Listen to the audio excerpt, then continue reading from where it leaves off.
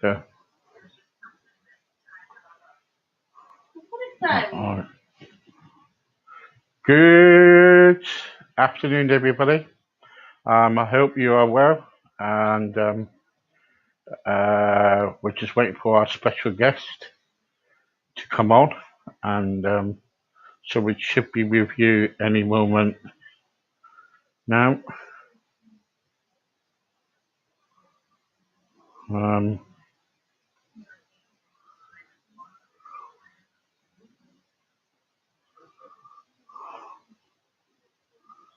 We're just waiting for a special guest to come.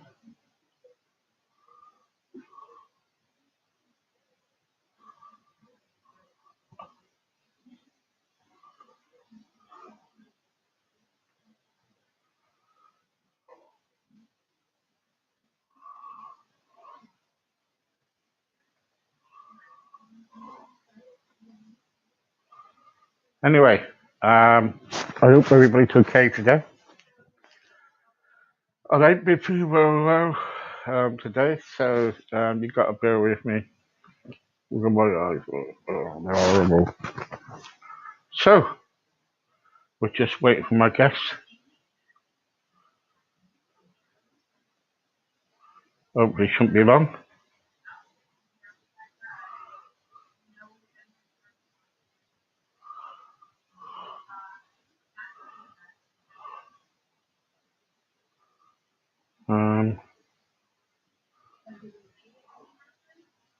Let's play a little bit of music.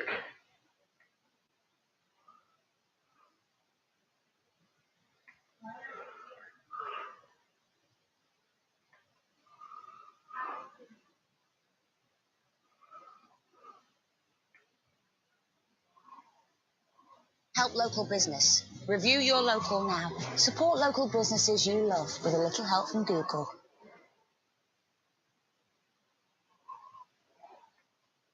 If you've deferred your debt payments because of the pandemic, your interest is mounting up. But if you owe more than £6,000,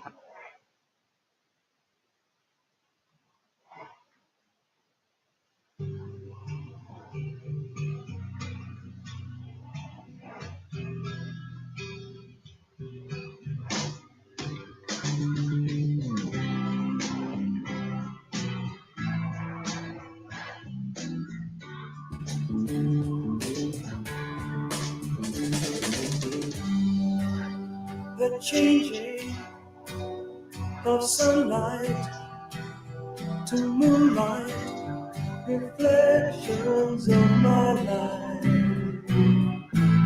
Oh, how they fill my eyes.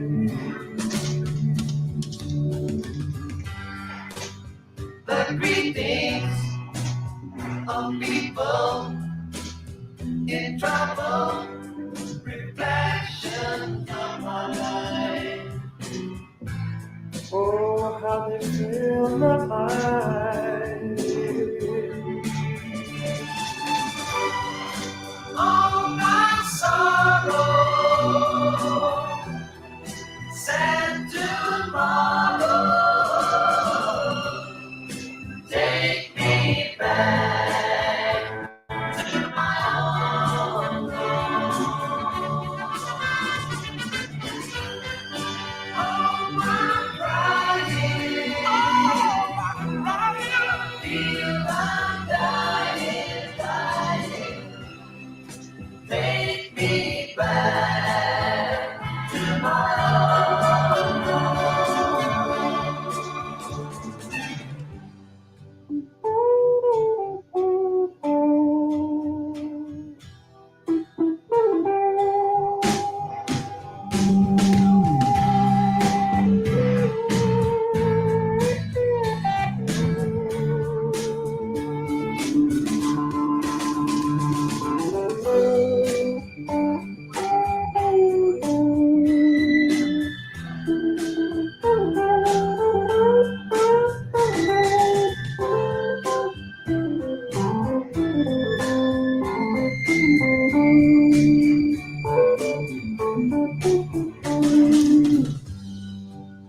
I'm changing, arranging, I'm changing.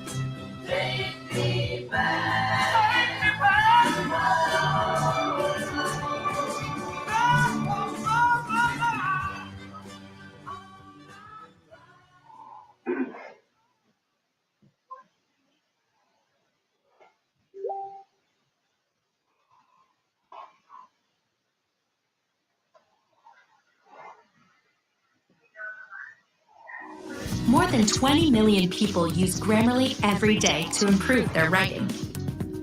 Grammarly's editor provides comprehensive feedback for your writing, so you and your ideas can make an impact and communicate with confidence with suggestions for better word choice and phrasing.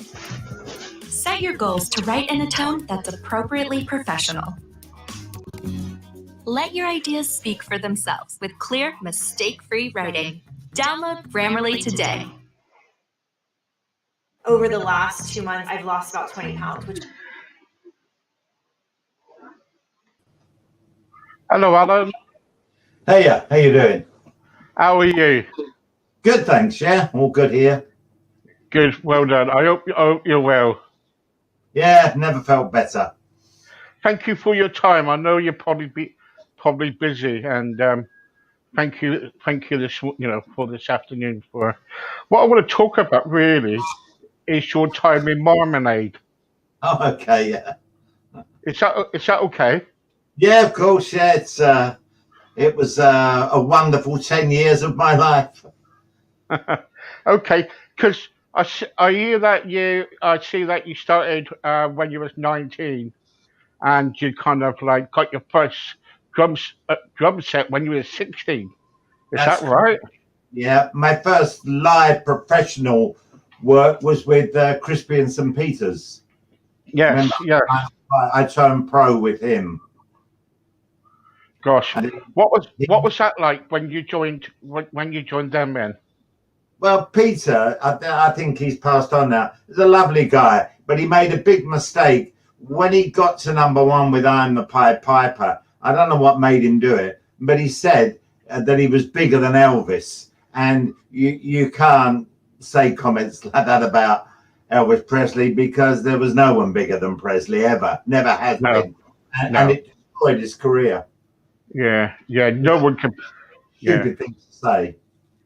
yeah. But the trouble is, I don't know. These days is there's a lot of Elvis impersonators out there, and people who dress up like him and want to be him, but no one's never going to be him, are they? No, there's only one. I mean, he was one of the few big rock stars I never met. I never met him. I've been to his home, but I never got to meet him. The only guy I know that's met him is Tony Prince All um, right. from Luxembourg. And Presley always comes across, I think, when I've seen interviews with him, as a really nice, charming man. But there's never been anything. He was such a good-looking guy and a great voice, and I think it's tragic that he's still not with us. Yeah, it's a shame, isn't it? It's a shame. So when you were 19, and because when you're 16, you got your first drum set. What did your parents think when you got your drum set? Well, how I got my drum kit, when I left school at 16, I was working for a company called Benjamin Edgington's who made flags for the Queen. And I bought my first motorbike. And on the first day to work, I had an accident. And I was lucky. I've still got the scar on my. It was very lucky I didn't lose my eye. But my dad said, "Look, no more motorbikes for you." And I said, well, if I can't have a motorbike, can I have a drum kit? And that's how it started.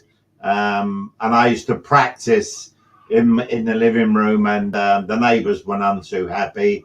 And I did the same as many other young musicians. I went to drum lessons and had some really good tutors, joined local semi-professional bands, and then some. I had the opportunity to turn professional with Crispian, which I did, and then I went on to join a group called the Loose Ends, and then I was actually in between groups, and I was doing a temporary GPO round. You could get them, and I saw an advert for drummer for a hardworking Motown group, and it was the Marmalade. They'd come Yeah, down from Scotland, start again, and I had the audition. I'd finished my post round and I had my drumsticks in the post bag, and I went up to London, did the audition, and I got it. Partly because I was a big fan of Motown, so every song they asked me if I knew. And I had I had a Ludwig, a handmade Ludwig kit, which was still, I think, probably the best drum kits ever made. And I got the gig, and I started rehearsing with them.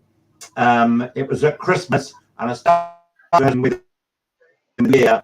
And within a week, I was gigging with the band. And then we did a couple of support gigs. We supported a group called The Action at the Marquee, and then we supported Pink Floyd, and we did better than both of them. Floyd were too people didn't really get them at that time. Funny enough, I was with Nick Mason a year ago, and we were talking about it, and he remembered. He said, we bombed that night. You just owned it. And I said, yeah. And from that, John G, the manager of the Marquee, gave us a residency, and that was the beginning of the success of Marmalade. Yeah, and you went on to kind of you went on to get several number ones, didn't you? And then after that, you got to several number ones. Sorry about this. And Reflections of My Life. They're their biggest. Where did that come from? We switched labels. We were with CBS, and they offered us 50 grand, and Decca offered us 100 grand. 100 grand in those days was a lot of money in 1979. Yeah. And we switched to Decca on the condition of go back into the studio and produce and write our own stuff. And the first thing we did was Reflections, which, bearing in mind Decca had coughed up 100 grand, they had to make it a hit. So they really promoted it. It was number one in 18 countries. We've got countless awards for it. And it's still, I don't know who's buying it, but it's still, I mean, my royalty check from the last 6 months was bigger than I've ever had.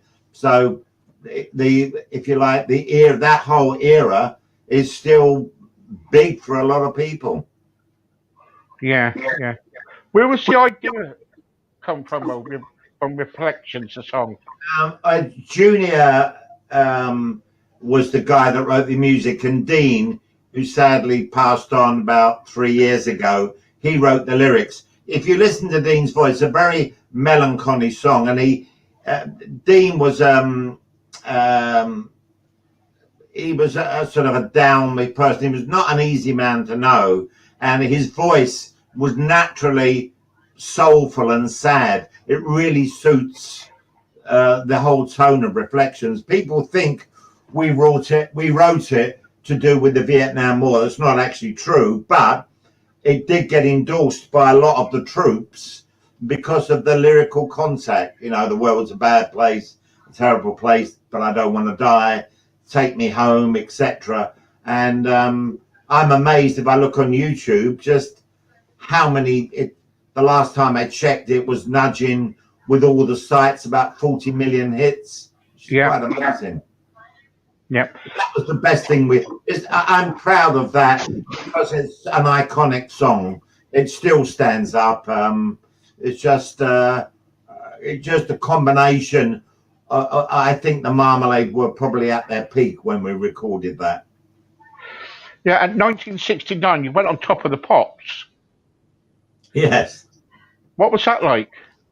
Well, Top of the Pops was, I mean, I don't know how many songs. We must have done Top of the Pops maybe 10, 15 times, maybe more. But the one that the Top of the Pops I always remember, the group being Scottish, except for me, they'd always promised that if they got to number one, they would wear kilts on Top of the Pops. So when we got with Obla D in 1968, all the group wore kilts. I wore a Grenadier Guards outfit because I was English. And what was funny was that being typical Scotsmen, and they were Glaswegian, they were tough boys. I mean, you would want to tangle with half a dozen Glaswegians. But they, like typical Scotsmen, they didn't wear anything under their kilts. And all day long, people were saying, what's under the kilts? And of course, they just lifted their kilts up. They didn't care about anything like that. And when we did in the old days, when you did Top of the Pops, you did a camera rehearsal, and then you did a dress run about 4 o'clock. When we did the dress run, the group thought it would be funny to do the can. Bearing in mind, they've got, yeah, exactly. So yeah, you can't make this stuff up. And and they were drinking all day like they normally were. Anyway, really went Top of the Pops then used to go out live it went out live to about 15, 20 million people. And then we came down onto they called us and we were the number one spot. And on every camera was a little sticker and it said, "When Marmalade are on, shoot waist up only." they trust me, they wouldn't care if their block and tackle was shown to the world. They just didn't. It was too. And we shared a dressing room. It got funnier with Bonzo Dog Doodah Band. And at the time, I don't know what it might have been. I'm the Urban Spaceman, but I can't remember. But I know that half of them were dressed like men and half like women, and it was like. And I can remember one of the commissionaires coming in to our dressing room. You got 4 Scotsmen in kilts, Bonzo Dog looking like something from outer space, and me dressed as a Grenadier Guard. I mean, it's too crazy for words, really. But they were really heady days. I got to meet everyone. You met them at Top of the Pops. I think the one that I could never forget. I'd gone to the gents to take a leak, and I was standing next to Roy Orbison, and I was and you just think, class, legend, and he's a really big guy, and he's got this really deep Texan accent, and all I could think to say as we're taking the leak was, "Good evening, Mr. Orbison," and in a voice where he said, "Hello, son." And, Can I talk about that in a minute after watching Reflections? Carry on.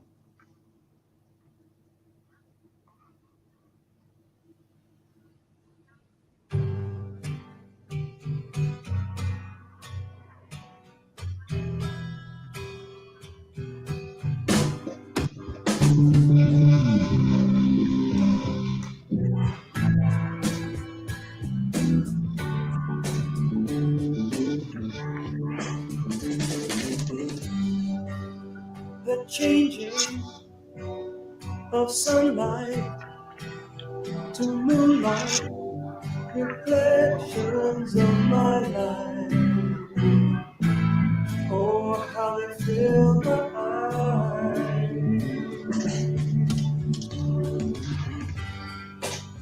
The greetings of people in trouble, reflections of my life. Oh, how they fill my eyes. All my sorrow, sad tomorrow, take me back to my own home. All my crying, feel I'm dying, take me back to my own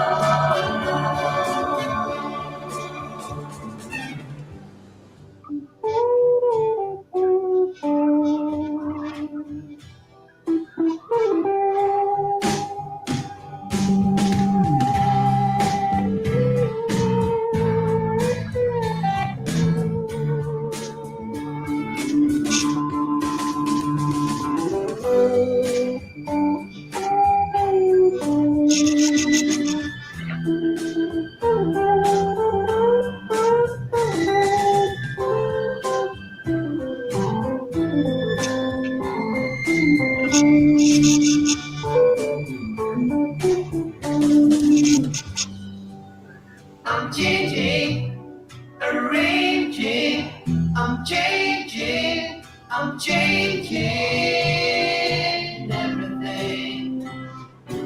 Oh, everything around me. The world is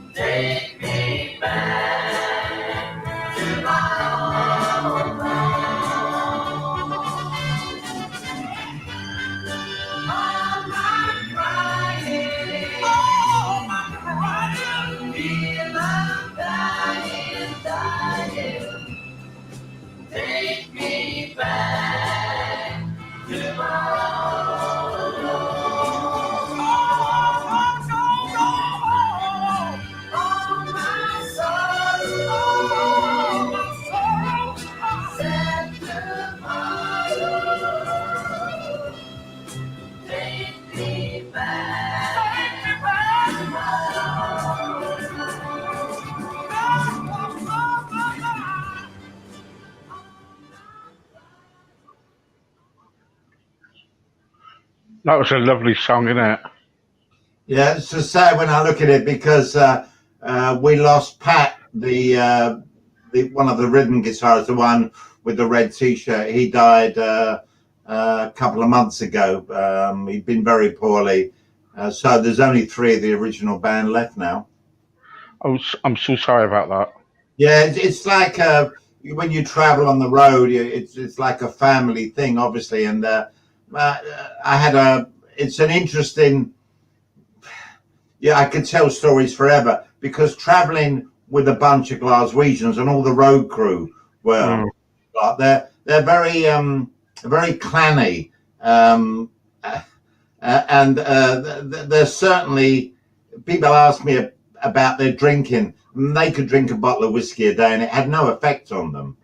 I mean, I couldn't drink like them, and Mm. they were off cars like it was going out of fashion. And this cavalier approach there. They spoke to anyone. They never saw themselves as stars or anything like that. They were very approachable, and it's a great. I mean, you can only imagine what it's like traveling the world with 8 to 10 Glaswegians. It was fun. I bet it was. I did some amazing tours and had some great laughs with the guys. Alan, can we just go back to the time when you met Roy in the toilet? Yeah. Can you tell us a story about that? Yeah, I just when we were in, I can't think what record we were doing, but it must have been around about 68 maybe. And I went into the gents, and you concentrate and taking the leak like you do. And I looked to my right, and there was Roy. There's only one person who looks like Roy Orbison, is Roy. And I looked at his hair, and I thought, Christ, I think he dyes his hair. When it's just, but I don't know. And he was maybe 6'2". I'm about 5'11", so he looked down on me, and I was just, when you meet a legend like Roy Orbison, I was a great fan of his, and he looked at me, and all I could say, I was tongue tied, and I just said, "Good evening, Mr. Orbison." Well, we both took a leak, and he just said, "Hello, son," and that was the bit. That was it. I didn't know what else to say to him. And we, went off, washed our hands, and away he went. But it was, there aren't many people that I've met that faze me. I think the first time I met Paul McCartney, I spent an hour talking with Paul after we'd had Obla. And it's he was at the peak of his fame. And again, Paul was very approachable, very nice to talk to, and we had an animated hour conversation at a club called the Revolution. But most other stars you meet, of course, you don't really see them as stars; they're just other guys in bands. But I mean, people ask me, my favourite was we toured with Stevie Wonder, and I spent every night talking to Stevie because when they set up in the old days, the band would all go to the pub and they'd leave Stevie on stage playing the piano. And of course, he hadn't a clue who I was. Well, he couldn't see me, but I'd sit by his side and he just carried on playing. And I'd say, "Give me my Sharia Moore," or whatever. And I was like 2 foot away from him. And all he wanted to talk about was music. No ego, and I remember the last night on tour, and we were chatting, and he said it was really nice to have these chats. And he said, "Come closer, I want to see what you look like." And I thought, what? And I can still remember it now. He ran his hands all over my face. He had very soft hands. I remember it. And every time I see him on television, I think, Christ, I spent all that time one-to-one just chatting with him, just me and him. And he was just charming and so talented, a remarkable human being. Everyone loved him. He had no ego. A really genuinely nice man.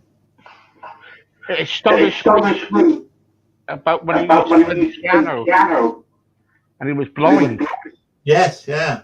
I think he got a. I asked him about this, and I think he lost his sight about 6 years old. He got some He was from a very poor black background, and we once had a conversation. I said, "Well, with all your money, would you, would you do something? Would you like to have your eyes, or if it could be? I didn't know whether you could, put. I don't think it's ever been done, but he said he had other gifts, and he said just having eyes, some people still don't see, and he was explaining when he wrote to the record "You Are the Sunshine of My Life." He wrote that to his wife at the time, but I knew what he was getting at, that we might be able to see things, but we sometimes miss things. But he was his attention when he listened to you, he absorbed other things, obviously. So it was a remarkable experience, spending time with Stevie Wonder, because now he is truthfully a living legend. There's no one, again, if you think about all the great stars from that era, they're all so different now, and this is not a judgment, they're all just jelly molded, they all sound the same, look the same. But in the old days, every group and every singer had their own individual personality. It's like we toured with like the Who, the Herd, Traffic, Joe Cocker. They were all different. Every group had their own look, their own sound, and they sort of grew organically from within. Whereas now, I find the music a bit samey. I mean, I could never listen to Radio One. I just find it boring. It's like watching paint dry. Yeah, it's rubbish. I was going to ask you a question. What was it like on the road? Well, people think it's glamorous, and it's a lot of travel. I mean, you think I was thinking of the last year before I left in '78, but you would spend 6 to 8 months abroad traveling, and then you're leaving for the gig at 3 o'clock, 4 o'clock. You go for a sound check, you eat, you do your gig, you're home at 3 or 4 in the morning. That, working 7 days a week, it's relentless. And there are times when it's fun, but eventually I can see why groups, I don't make a judgment of it, but I can see why groups drift into drink addiction or drug addiction. The Marmalade were never into drugs. They just like to drink. Or occasionally, sometimes somebody, in the old days, somebody might give them a joint, and the marijuana then, all you did was you got very giggly and you got the munchies. The stuff people are smoking now is like, you go brain dead with skunk. Oh, no. It's bad news, but I can remember traveling back in the group car, and we'd have a joint between us, maybe. Well, I didn't smoke, so even the fumes, I'd get stoned, and they would play Cheech and Chong, and we would just wet ourselves, just keep on playing Cheech and Chong. Do you remember Cheech and Chong? Yeah. And it just it's just a way of abiding the time of the hours that we spent on the road traveling. So it's very grueling in the old days. But I went around the world 10 times, so, and I wouldn't have missed any of it. I had the opportunity, very rare for a young person, to see the world, and with a real bunch of great guys, and we just had everything that a young person, plenty of women and party, and everything's free, drinks free, women are free, everything is just, so you have to, the only decision I had to make at the end of the night is what I'm going to have to eat. Everything else is done for you. So it's like living like a gypsy life, but 10 years is about enough, I think. Yeah. What was the money like? Well, in those days, when we started to have big hits, we were on a basic salary of £100 a week. Now, I had a flat in Hampstead, an E-Type Jag, at £100 a week. You could go out with a fiver, and that would pay. You could live really well on £100 a week. I mean, and then we had a big advance, and we all bought big houses in the country. And but basically, I think I can't think what the wage was like in the end, but in 1968, about £100 a week, when the average wage of a person then was, I don't know, £15 a week, maybe £20 a week. So, well, I drove, and you could fill up an E-Type for £4 in petrol, and everyone had E-Types. That was the car that everyone had, a gold E-Type at 22, and a flat in Hampstead, and I was single, and I had as many girls as I had the time for, and I was the only one that was single. The other guys were married, so I was out in the clubs every night, and I just had a ball. And you got to meet everyone, and that was the great thing. You could meet all these, if you like, stars on the same level because you were successful. They only saw you as another guy in a band. I mean, I tell you my favourite story. I was watching the documentary on Dave Crosby from the Byrds and Crosby, Stills and Nash, and I knew Graham Nash from the Hollies, and he produced "I See the Rain" for Marmalade because he was a good mate, and I hadn't seen him for a while. I was in the Speakeasy, and I saw Graham, and I went up. I said, "Hi, Graham, where you been?" He said, "I've been in America," and he said, "Come, you've got to meet a great friend of mine." And he went over to this table and introduced me to Mama Cass Elliott. And I'm sitting on the table, so I've got Cass Elliott on my left, Graham on my right, David Bowie, and then John Lennon. I knew David. David was just a charming man, very lovely. John, you to be really careful with John. He was an angry young man. You sort of really want to, he could flip out. And when we were sitting there, Mickey Dolenz from the Monkees, I remember, came over and sat at the table, and John said in a voice that the whole club heard, he said, "Mickey Monkey, F off." And, you know, we thought, but I spent an hour talking to Cass Elliott. She was a sweetie. And she told me that she said that she'd introduced Graham to her two best friends in LA, Steve Stills and Dave Crosby. And she said they were over at my house just jamming together. She said, "Man, you want to hear what they sounded like." So in effect, Cass Elliott introduced or put together Crosby, Stills and Nash. And Dave Crosby does mention in his documentary his friendship with Cass Elliott, who had a fabulous voice. Again, died so young at 32. And I was a big fan of Mums and Papas. So to sit and chat with her, the Speakeasy was in its day where you could meet all the musicians that came in from America. You got to meet them obviously on a social level. Yeah.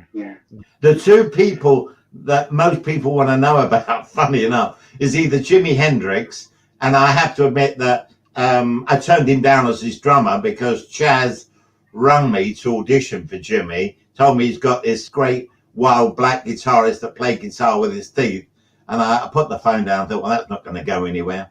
And when I met Jimmy and told him the story, he almost choked on his spliff laughing. You know, Jimmy was very unassuming. This other persona on stage was opposite to the Jimmy that we knew. When we saw him live, I remember the first time, we'd never seen a guy play a guitar like that. And the other one everyone wants to know about is Keith Moon. Well, I like drummers. I always hung out with drummers. And when I toured with The Who for a month, Keith was my mate. And again, a funny, well, there's so many funny stories about Keith, but I think one that sums up Keith is that we're in Liverpool standing at the Lord Nelson, and I'm in bed. It's about 4 a.m. and I remember waking up to, I could hear all this noise going on, but I couldn't make sense of it. And then the phone rang, and I picked it up, and it was a receptionist. She said, "Is that Mr. Whitehead?" And I went, "Yes." He said, "There's reception here, Mr. Whitehead. We have a Mr. Moon in reception, and he wants to know if you can come out and play. Can you please come down? He's letting off fireworks in the hotel lobby." So I go out and I go, "Keith, it's 4 o'clock in the morning." And he looked at me and he go, and he had a big box of pills. He went, "Here, take some of this, you know. I've never seen anyone. When we were touring, he was messing around with elephant tranquilizer. I mean, by rights, I don't know how he lived so long, but going out with Keith used to take me a week to recover. He was a very generous madman, but funny, but really funny. Embarrassing sometimes, but funny. What do you think about the music today? Modern music, I just find it bland, boring. It's got when you think of the classic musicians and bands that I work with and tour with, their stuff will live on forever. But most of the stuff you listen to Radio One, if you can ever get, I mean, it's just mindless. When you can't remember anything, it's boring. There's nothing there that grabs. I couldn't dream of buying. I can't think, who do I like of current modern artists? Well, none of them really. All my record collection is. If I was talking about favourite group, Steely Dan, I guess, AC/DC, obviously, ZZ Top, a classic. If you're talking about a classical musical group, Steely Dan, technically brilliant. I love their actual musicianship, but there's nothing like that in the modern music coming through. And I think it's tragic for the youngsters that they have to put up with the music that's currently so-called popular. Yeah, it's really bad. Yeah, sadly. That's why probably we're still selling so many albums. Please God, it may continue. Yeah, and I hope so. What in the end, when you were kind of like traveling around the world, and everything was going okay for you, what was the worst point in your life when you thought, this is it, it's over, done with? I think I in '78 I got married again, and we the Marmalade had gone past their sell-by date when Junior left, and then the band sort of disintegrated. Then me and Graham got together, and we had a hit with Falling Apart the Scene, the last hit we had in '76. But we were doing a lot of social clubs and the cabaret clubs, and it was no longer exciting the way we've been used to doing big gigs, and it just became a job. And I felt I could do more working as a manager and maybe a producer. And so I left the band and focused on managing. I managed for 30 years different, and I got to travel just as much, but I could choose when I traveled. So, and I still manage people, but I've gone more into film. I work with Pink Flamingo as an executive film producer. So now I do films and music, and I've written 2 books, and I'm just writing my 3rd book. So I still work 7 days a week. I think it keeps me young. That and my young girlfriends keep me young. It does, Alan. Are you still managing people then? Are you? Yeah, I manage one girl in particular, a girl called Sahila Clifford. She got very close to winning X Factor, and that show has destroyed music. Sahila is an amazing singer. She's only young, and I put her together with another great mate of mine, Steve Glenn, who was Mickey Most right-hand man at Rack and did all the hits with Hot Chocolate and Bucks Fizz and written hundreds of hits. And I was trying to get in contact with him for an interview. Oh, Steve, one of my best mates. I work with Steve all the time. Can you ask him for me? Yeah, of course. Yeah, he's like me. He's a right scallywag and a good lad, and he refuses to come up. And he's always chasing after women, or they're chasing after him. So I was with him yesterday. He's a great, unbelievably talented man. He can play any instrument, and he's written so many hit records. Yes, I know. Yeah. He's a very clever guy. And he's now working with Sahila. He says she's the best singer he's ever heard. He loves her. It's not just a voice; it's a whole personality. And I've got a real good gut feeling we're going to have a monster success with this girl. Turn my phone off, so it was ringing in. Not That's my right. phone barks. I'm a dog lover. Oh yeah, all right, so am I. I always wanted to get a Labrador, a golden retriever. Sorry. The dog I've got at the moment is, I don't know where he is, he's a Pomchi, he's a half Pomeranian, half Chihuahua. I never thought I'd like a small dog, but they're unbelievably affectionate and you can just pick them up and carry them. But before that, I always had Tibetan Terriers. Although my last one, I was engaged, and when me and my fiance broke up, she accused me of all sorts of infidelities, which weren't true actually, but she decided to pay me back, that she would take my dog. She promised to bring him back, Alan. teach me a lesson. So I had to get another one. I got this little Pomeranian Chihuahua as a rescue dog, and he's great fun. Brilliant. I just want to ask you a couple more questions, and I'll finish with you. Do Go on you? then. What's your most embarrassing moment in your life altogether?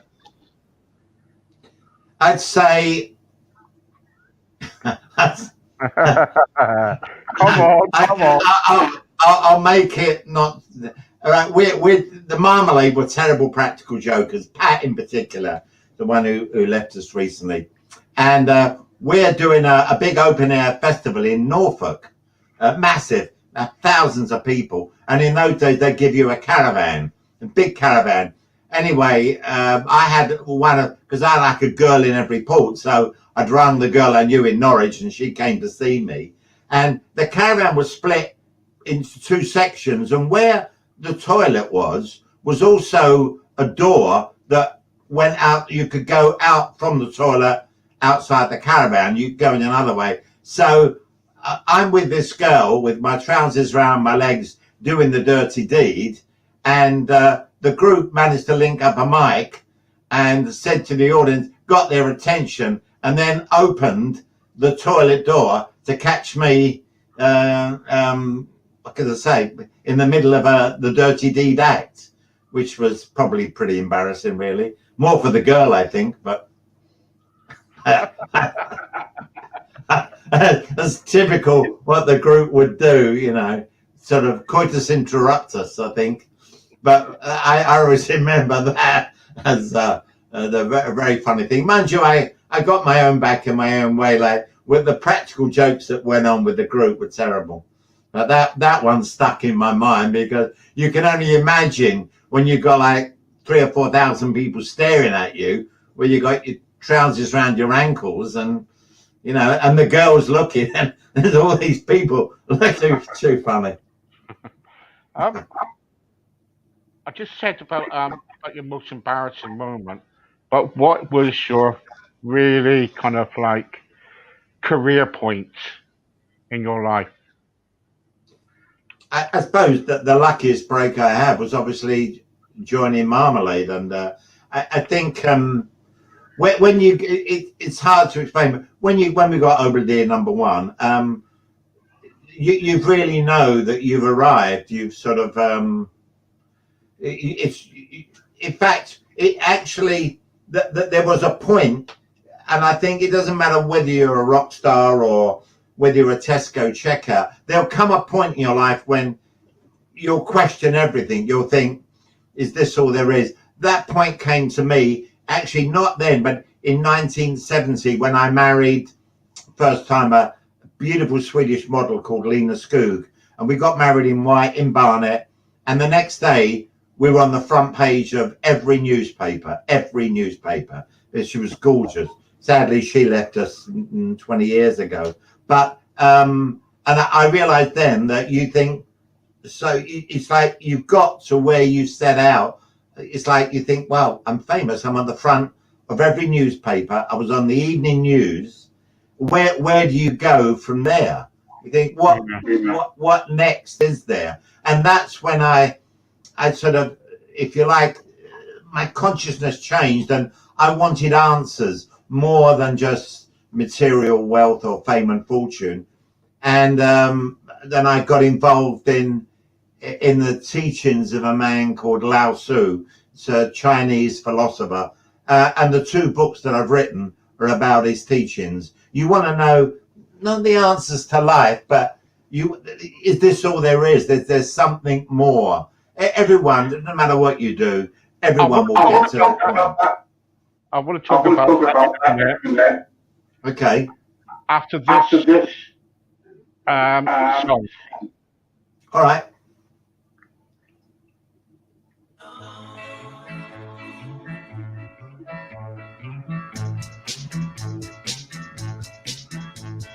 Desmond has a barrow in the marketplace.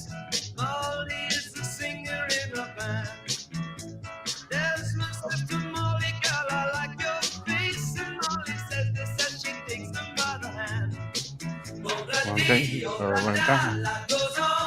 Oh, la la, how the life goes on. Oh, la dee, oh, la da, life goes on. Oh, la la, how the life goes on. Desmond takes a trolley to the jeweler's store, buys a 20-carat golden ring, takes it back to Molly waiting at the door, and as he gives it to her, she begins to sing. Oh, la dee, oh, la da, life goes on. Oh, la la, how the life goes on. Oh, la dee, oh, la da, life goes on. Oh, la la, how the life goes on. Here come the kids, they have built my home sweet home. With a couple of kids running in the yard, there's a Molly Joe. Like the emperor in the marketplace, Desmond lets the children lend a hand. Molly's been at home and got a pretty face, and in the evening she's been singing with the band. Oh, la dee, oh, la da, life goes on. Oh, la la, how the life goes on. Oh, la dee, oh, la da, life goes on. Oh, la la, how the life goes on. Here come the kids, they have built my home sweet home. With a couple of kids running in the yard, Desmond and Molly Joe. Happy ever after in the marketplace. Molly lets the children lend a hand. Desmond stays at home and does his pretty face, and in the evening she's a singer with a band. Oh, la dee, oh, la da, life goes on. Oh, la la, how the life goes on. Oh, la dee, oh, la da, life goes on. Oh, la la, how the life goes on. And if you want some jam, say, oh, la dee, la da. Well, there you go. You know, there's 2 interesting points about Obla D. Well, 3 actually. First of all, when Dick James gave it to us, the biggest publisher, he told us we were the only one that would have it, and I think there was 19 versions of it. We got to number 1 because CBS did a sale or return in the shop. So we were doing, you had to imagine, we're selling 75,000 singles a day. And then the second thing is our manager, who was in South America with the Tremolos, he telegrammed us, told us not to record it, and his actual words were, "No way is that a hit record." That was our manager, great. And we actually recorded that drunk because we'd flown down overnight from Newcastle where we were doing Mr. Smith's, there's one word different to the original. I should have got some royalty. The original says right at the end, if you want some fun, sing Obla Dee Blah Da. The Marmalade version says, if you want some jam. Ah. That's true. And that was my idea. I think I was the only sober one in the studio at the time. So, the rest were like swigging back as they were always drinking. And I can sometimes tell when I hear the words, not that they're slurred, but they definitely weren't. Well, they were never really sober. They were always drinking. It's difficult to tell when they were drunk, but they never showed any signs of being drunk. Mm. But I mean, obviously, you're doing the amount of alcohol they consumed. They obviously weren't sober, really. What was the idea? What was the ideas behind your books and book ideas? This information that I got through a small group called the Circle for Inner Truth, and it was run by an American medium called Marshall Lever, and he channeled a student of Lao Tzu, and he taught Tao, the way. Tao means the way, or the way of least resistance.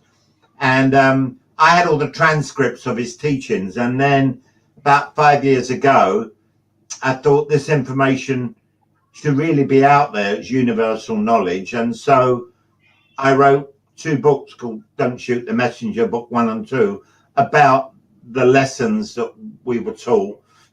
I did it exactly as the lessons, with the questions and answers. And it's just another way of whatever people, it's nothing to do with religion or being spiritual or anything like that. I don't know what that means anyway, but it's just about information, knowledge. It shows you how to live in harmony with yourself. It's a bit like Lao Tzu was inspired to a degree. Buddha was inspired by some of Lao Tzu's teachings, and the Buddha always said, find yourself, you find everything. So the teachings of Tao are basically that.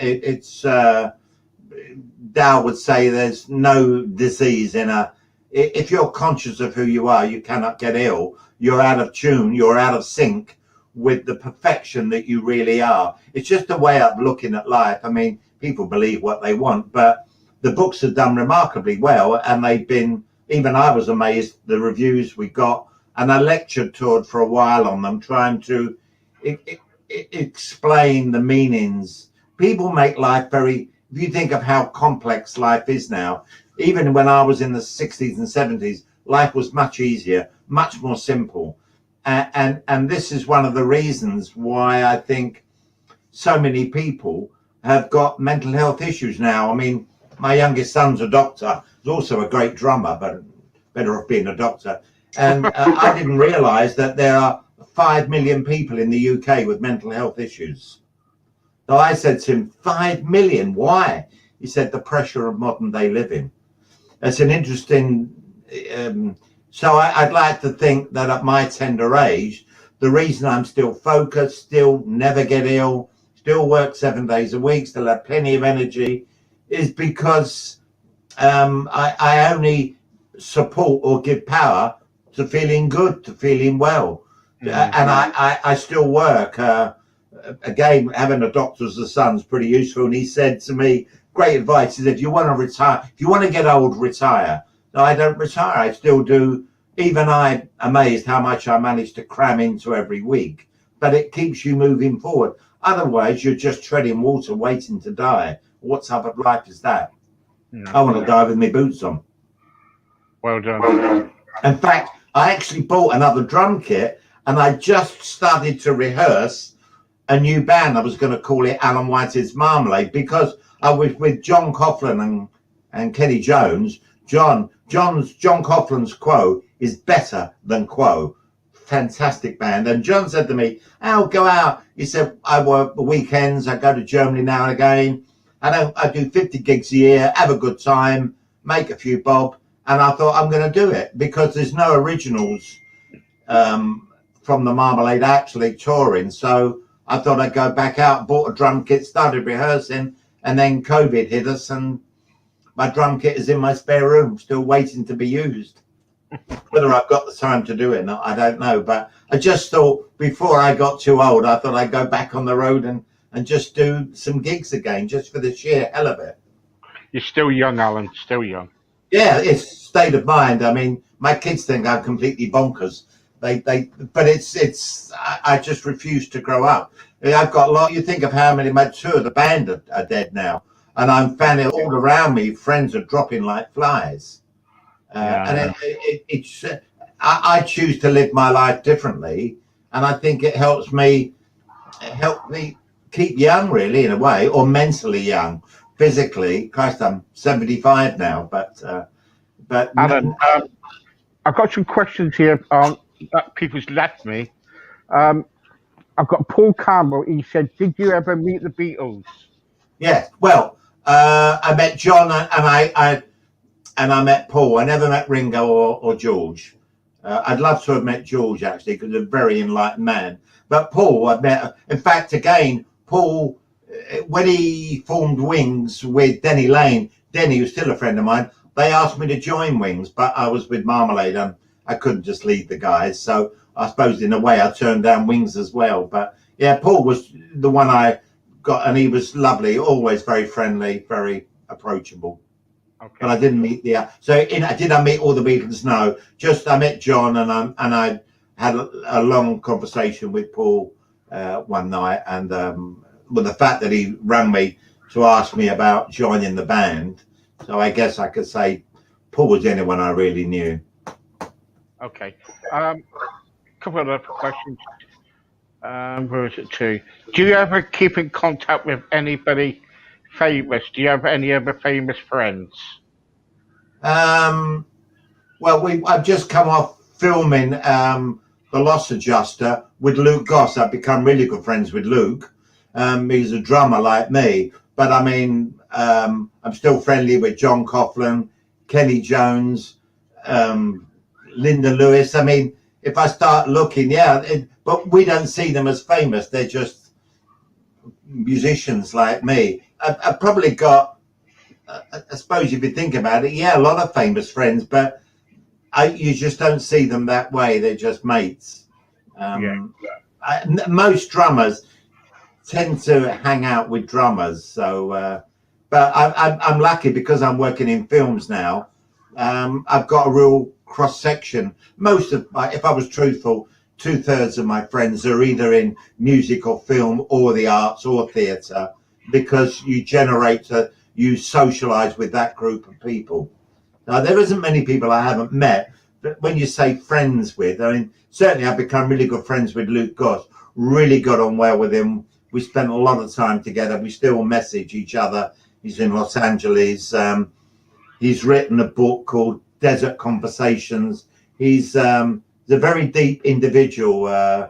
We got on extremely well. So, I mean, Luke is obviously a big star. He's got this film that we've done, The Loss Adjuster, will make him a superstar. He was remarkable in it. Comes out in 2 weeks' time. Right. Okay. Okay. And what's And that what's about? that about? The Lost Adjuster is about a guy that's played by Luke that has a day from hell. It's a real feel good. It's a bit like Love Actually or Notting Hill, about a guy that loses everything in one day, but it all comes right in the end. I won't tell you how, but it's a fabulous script, and it's sort of, there's a dark humour in it, and I play three parts in it. I play a homeless drunk. I've got a great line in it. I play Father Christmas. They whitened my beard, and I play a guest at a funeral. So I had a ball. I was on set every day as executive producer. For those that don't know, an executive producer is the one that finances the film or gets the finance. So my job is to ensure the film comes in under the budget, really. So you have all the fun, all the power, but none of the worry, really. I just was on set every day, I mean, Kim Marsh was fabulous. She gave us a great plug this morning on her TV show. He was just a sweetie. Guy Signer, great. Vass Blackwood. There was a lot of Martin Kemp. But obviously, when you're exec producer, you're in a position of, you're the one paying the bills. So Yeah. everyone's very friendly to you. And they're probably one alone. Um, Three listen, months. I I I really appreciate today what you've done for me.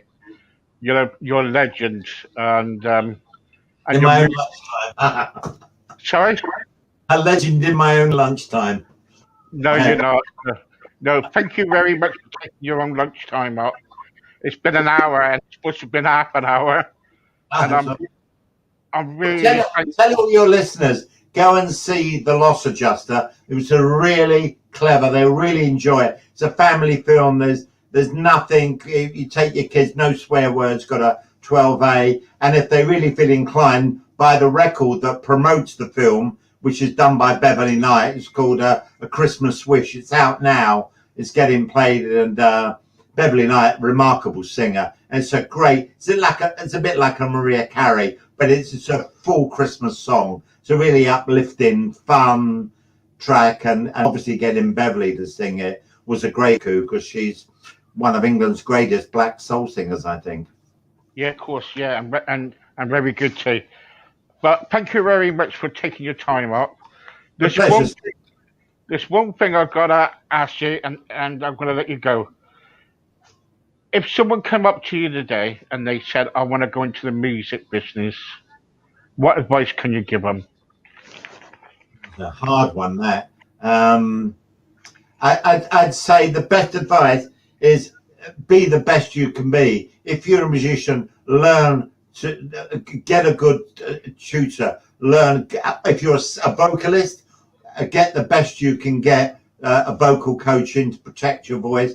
If you're a guitarist or drummer, have lessons. Just be the best you can be. That should be your focus. Not fame and fortune's a two-edged sword. Forget that. If you're the best you can be, the universe will reward you by being the best you can be. That's the universe's way of rewarding you. But if you strive for fame and fortune, it's a wrong focus. I always tell it, Yeah, every act we've ever managed, be the best you can be, and treat yeah, everyone with the kindness, and because it's true saying those you meet on the way up were the ones you'll meet on the way down. yeah, All the great stars I've met, bar none, have all been absolutely charming. All of them, outgoing, friendly, polite, and I think that's the mark of a true artist, that they don't have an ego. It's only the has-beens or wannabes that normally have ego issues. All the true stars, what do they have to prove? And I mm. think that's the best advice I could give anyone. Alan, thank you very much for your time. God bless. Thank Have a you. good Christmas, mate. And you. Thank you. All the best, Steve. Thank you. Bye. Bye bye. Bye.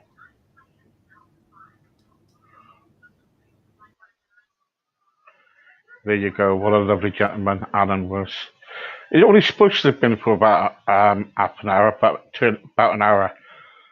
I'll see that sitting down with like Paul McCartney and oh, that must have been really good. And knowing all the other singers too, and fancy being in the toilet with Roy Orbison. Um, that was probably, oh gosh, I don't know what I would do. I probably would have peed on my shoe or something, with excitement. Anyway, thank you very much for joining me today. Grateful, thank you. Thank you to Alan Whitehead for Marmalade. Brilliant.